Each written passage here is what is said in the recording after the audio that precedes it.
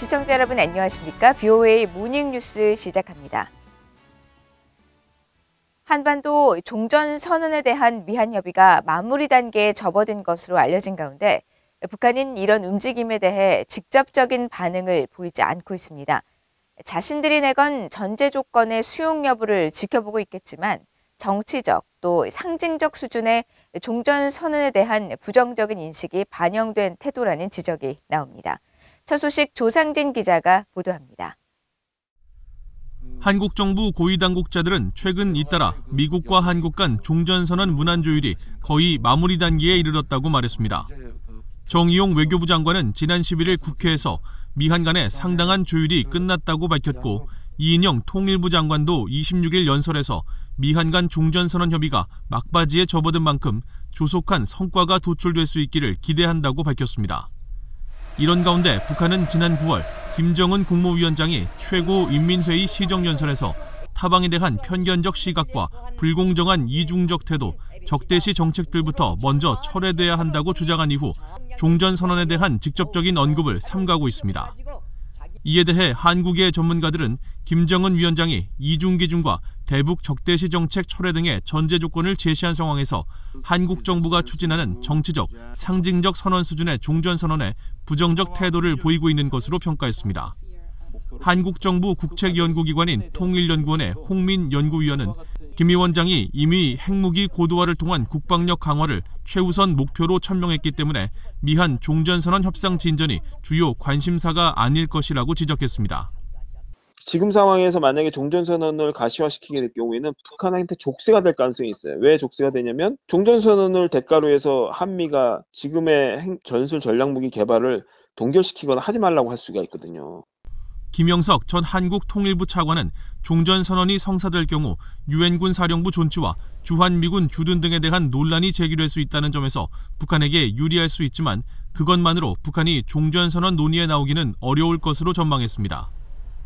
전통적으로 생각하는 정전체제의 그 변화, 그리고 주한미군 철수, 당면에서의 한미합동 군사훈련 중지, 이거는 어렵다라는 게 안단 말이죠. 종전선언을 하면 이제 불가침, 그다음에 이제 평화협정으로 간다는 명분은 확보되잖아요. 그러니까 플러스 알파로 소위 그 제재 완화를 해달라는 거죠. 민간 연구기관인 한국국가전략연구원의 신범철 외교안보 센터장은 미한 간 문안 조정 과정에서 비핵화 문구 삽입 문제가 걸림돌이 되고 있다는 언론 보도와 관련해 북한의 호응을 끌어내는데 부정적인 요소로 작용할 것으로 관측했습니다. 김정은 위원장이 내놓은 조건이 북한의 핵보유를 인정하라는 조건이거든요. 종전선언 본문에 비핵화 문제가 들어간다면 이것은 새로운 비핵화 합의가 될 수도 있다. 그런 취지에서 북한이 거부할 가능성이 높다고 보고요. 미국의 정치 전문 매체인 폴리티코는 최근 미한이 종전선언 협의가 마무리 단계라면서 문안에 비핵화에 대한 표현을 어떻게 포함할 것인가를 두고 이견이 있어 교착 상태라고 보도한 바 있습니다. 전문가들은 한편 최근 한반도 영향력을 확대하려는 중국이 종전선언 문안협의에 참여할 경우 유엔군 사령부 해체 등을 주장할 수 있다면서 중국이 종전선언에 개입하려는 의지를 보이는 움직임도 종전선언 성사를 더욱 어렵게 할 것이라고 지적했습니다. VOA 뉴스 조상진입니다. 제13차 아시아 유럽 정상회의 아셈 회의가 한반도의 완전한 비핵화를 지지하는 내용의 의장 성명을 채택하고 26일 폐막했습니다. 아셈 회원국 정상들은 의장 성명에서 북한 문제와 관련해 한반도의 완전한 비핵화와 평화체제 구축이 동아시아뿐 아니라 전 세계의 평화와 안보, 안정을 위해 매우 중요하다고 강조했습니다. 이어 한반도 문제 해결을 위한 평화적, 외교적, 또 정치적인 해결 방안을 지지할 것이라는 점을 확인하는 한편 북한의 핵무기와 대량살상무기, 탄도미사일 프로그램에 대한 검증 가능하고 돌이킬 수 없는 폐기를 향한 유엔 안보리 결의 2397호의 요구사항을 거듭 강조했습니다.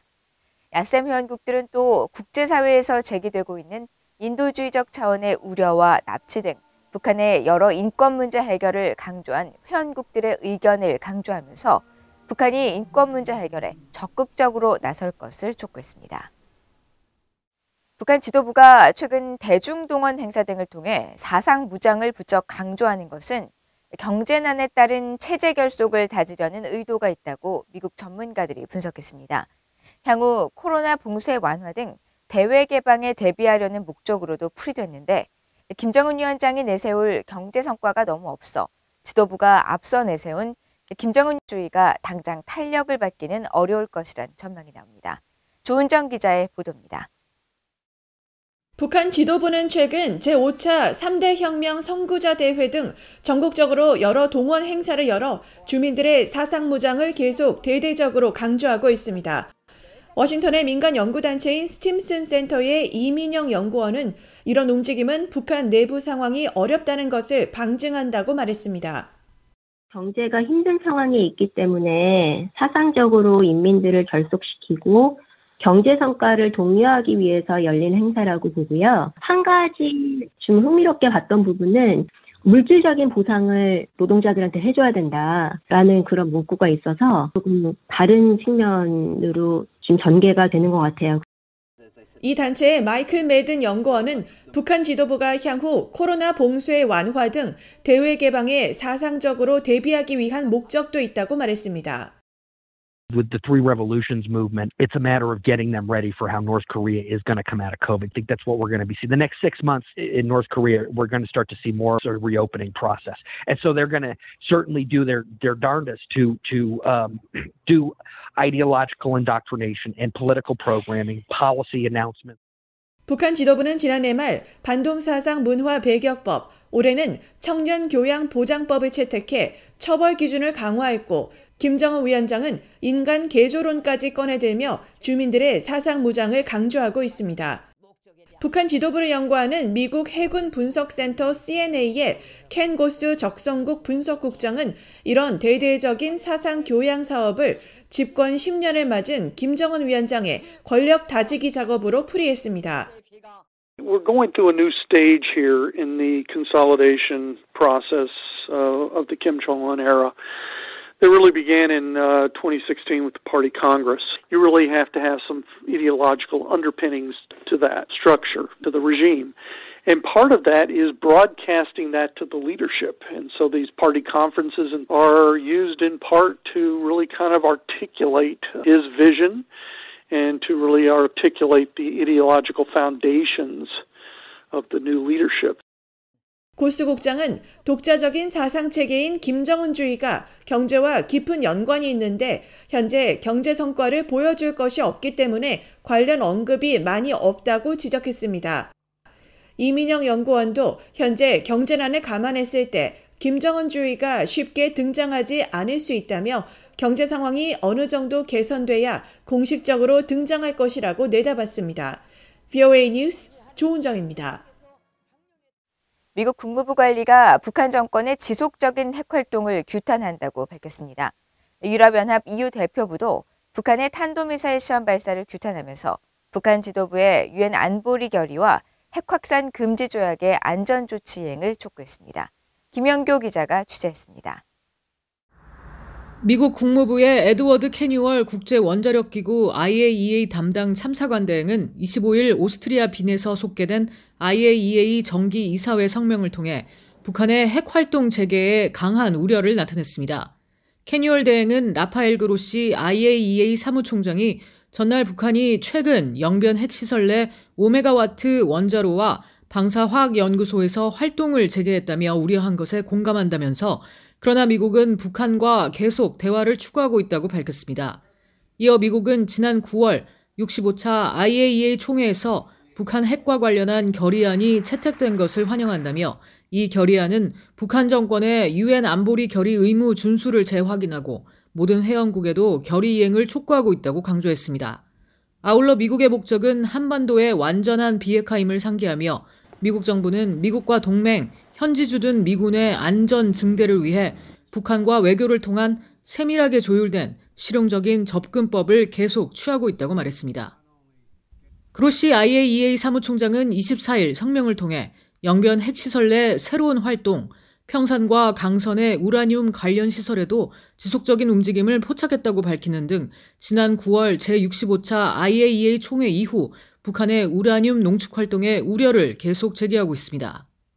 The Democratic People's Republic of Korea nuclear program goes full steam ahead with work on plutonium separation, enrichment, uranium enrichment and other activities. 한편 유럽연합 EU 대표부도 25일 성명을 통해 북한 지도부의 탄도미사일 시험 발사를 규탄했습니다. 유럽연합은 북한 정권이 지난 9월부터 감행한 탄도미사일 발사는 명백한 유엔 안보리 결의 위반이며 다른 신형 미사일 발사 역시 지역과 국제사회의 평화와 안보를 약화시킨다고 지적했습니다. 그러면서 이런 행동에 대해 북한은 핵 확산 금지 조약 규정에 따라 절대로 핵 보유국 지위나 다른 특별한 지위를 얻을 수 없다는 점을 EU는 강력하고 분명히 할 것이라고 밝혔습니다. 유럽연합은 또 북한이 핵무기 실험을 계속 자제하고 모든 종류의 탄도미사일 발사를 완전히 중단하며 NPT와 IAEA 전면 안전조치 협정 준수, 포괄적 핵실험 금지 조약 서명과 비준, 또 이런 맥락에서 핵 운반 체계 추구도 단념해야 한다고 촉구했습니다. 유럽연합 대표부는 북한이 이런 구체적인 단계적 조치를 밟고 유엔 안보리의 관련 결의를 모두 준수하기 전까지 EU와 회원국은 기존 제재를 계속 엄격히 집행해 나갈 것이라고 강조했습니다. VOA 뉴스 김현경입니다. 최근 유엔 총회 제3위원회에서 북한의 인권 침해를 규탄하는 북한 인권 결의안이 채택된 데 대해 국제인권단체들이 적극 지지한다는 입장을 밝혔습니다. 휴먼 라이츠 워치 등 17개 국제인권단체들의 연합체인 세계시민단체연합은 24일 공동성명을 발표하고 최근 유엔 총회 제3위원회에서 북한 인권 결의안이 합의 방식으로 채택된 데 대해 환영한다고 밝혔습니다. 이어 북한 인권 결의안이 북한 인권 상황에 대해 국제형사재판소에 회부할 것과 인권 침해에 책임이 있는 자들에 대해 추가 제재를 고려할 것을 유엔 안보리에 촉구한 것을 지지한다고 강조했습니다. 아울러 회원국들이 유엔 최고대표 사무소와 협력해 북한 인권 문제에 대한 책임 규명에 나설 것을 촉구한 것도 환영한다고 덧붙였습니다. 앞서 지난 17일 유엔 총회 제3위원회는 유럽연합 EU 회원국들이 추진한 북한 인권 결의안을 표결 절차 없이 합의 방식으로 채택했고 이 결의안은 다음 달 중순 유엔 총회 본회의에 상정돼 최종 채택될 전망입니다. 북한 정권의 후원을 받는 것으로 알려진 해킹 조직이 최근 한국의 대표적 기업인 삼성을 사칭해 한국 내 보안 연구원들에게 악성 코드를 유포하는 등 해킹 공작을 시도한 것으로 나타났습니다. 세계 최대 인터넷 기업인 구글 산하 사이버 보안팀은 최근 공개한 사이버 위협 관련 11월 보고서에서 북한 해킹 조직이 한국의 정보보안 기업 종사자들에게 삼성을 사칭해 악성 코드가 담긴 취업 제안 이메일을 보냈다고 밝혔습니다. 구글 보안팀은 북한 해킹 조직이 삼성으로 위장해 수신자들에게 고액의 연봉을 제시하는 채용 제안서를 보냈으며 첨부 파일에 직무 관련 기술서를 내려받도록 유도하는 방식으로 악성 코드를 유포하려 했다고 설명했습니다. 구글 측은 이번에 해킹 공격을 펼친 북한 추정 해킹 조직은 최근 사회연결망 서비스를 통해 해킹 공작을 펼치던 북한 추정 해킹 조직과 동일한 수법과 흔적을 가진 조직이라면서 북한이 올해 들어 사이버 보안 전문가들을 대상으로 해킹을 시도한 정황이 다수 발견되고 있다고 지적했습니다. 이상으로 VOA 모닝뉴스를 모두 마칩니다. 시청해주신 여러분 고맙습니다.